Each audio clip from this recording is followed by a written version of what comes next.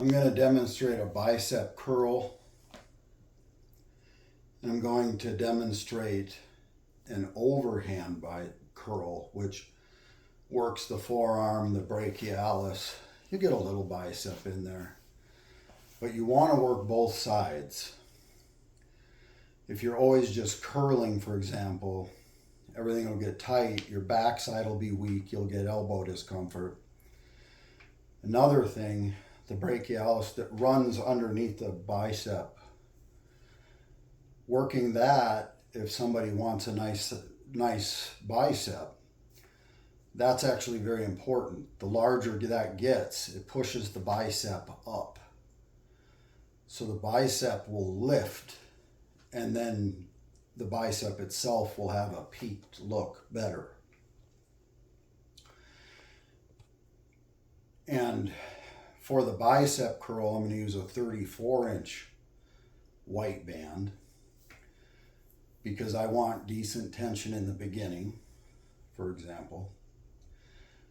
And then I'm just going to demonstrate the overhand with the regular white band because I'm going to just jump into it and I'll be a little bit tired, and I don't, I'm not trying to set records here. I'm just trying to show you guys how things work. But the bicep curl, I don't grip it. I actually put my thumb underneath the bar and I relax the wrist. Okay? The bicep, if I'm like this, if I relax the wrist, see how much further I can bring that in? I can get a better contraction out of that. And there actually is more force on the bicep because there's tension out here rather than up here. And that way I'm forced to curl with my bicep, not just using whatever I can. The drag curl is effective, and I don't 100% have to over exaggerate the drag itself. Just keep the bar close to the body, the wrist back, and squeeze the bicep as hard as you can and come down. This is where using a shorter band or shortening your band is very important, because at the beginning of the bicep curl, you want decent tension on the bicep and you want it to max out toward the top.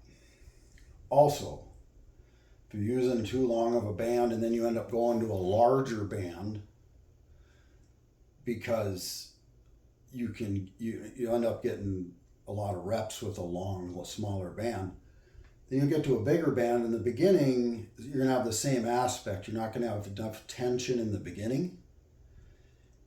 And then the band is being larger, the tension is going to grow so fast that you're going to end up hitting tension at the top that's plenty, but you're not going to get the same bicep development as if you had really good tension through the whole movement. And with a band, no matter how tight you are in the beginning, it's going to get tighter as you go.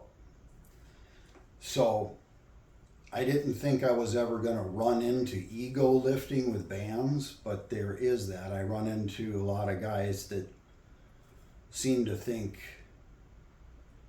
jumping up in band is more important than development, for example.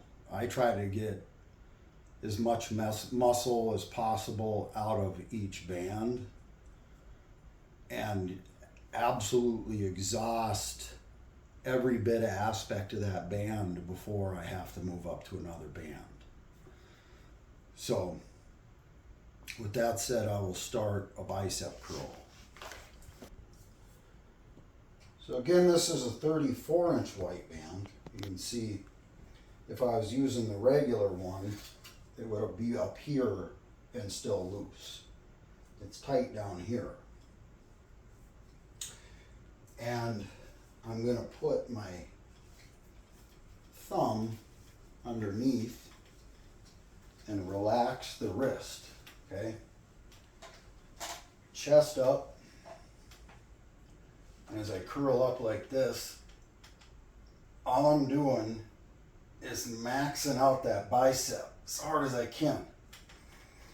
A lot of people will try to just get the bar up as high as they can, and they do this. But as soon as I shift like that, I'm doing a front raise with my delt, and I'm not using the bicep anymore. So chest up, wrist back, squeeze that bicep right there. That's as tight as it can get.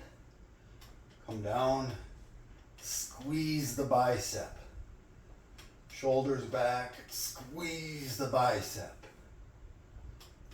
Squeeze the bicep. I can't get it an inch higher unless I start doing this stuff, okay? Down, squeeze. Squeeze. Now, with the end of the bicep curls, if I can't get it up any further, I will start to squat down, curl it up, stand up, and then do the negative. Come down, curl it up, stand up, do the negative. And then I will drain that bicep as far as possible. That's an example of the bicep curl. All right, so I got the 41-inch white band now because I jumped right into this. You can see the difference. Now right there, it's right before it starts giving tension. It starts to stretch a little there, but it's not a lot. I have an overhand grip like this. I'm not going to let the wrist hang. The wrist is going to stay straight. Whether I have the thumb under or over isn't a huge deal, but the wrist staying straight is, and I find bringing the hand in just a little bit, like an inch further per side than the regular curl, because when you turn like this, you naturally bring the arm in, and when you curl, you bring the arm out, okay? And I curl up like this. Now that maxes out. If I bring it up further, I'm getting into a shoulder press position, just like that.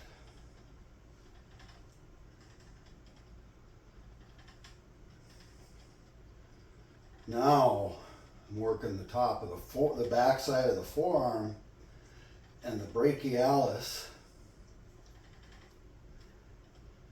I'm using my back to stabilize and keep thoracic extension.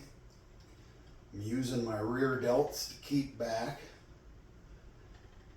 There's bicep involved in this a little, and the brachialis under the bicep, and you'll start to feel that burn.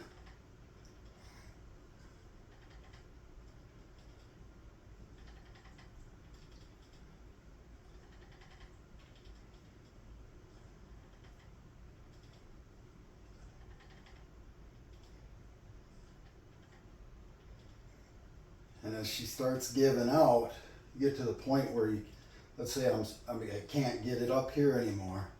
Start to get here, same thing. I can squat down, curl it up, come up, hold it, and do a negative. Squat down, curl it up, stand up, hold it, and then slowly let it down. The last one, I'll bring it up and just hold it, and hold it, and hold it, and hold it, and hold it, and eventually I'll come down and I'll try to do another rep, and it'll be like this, and I'm done.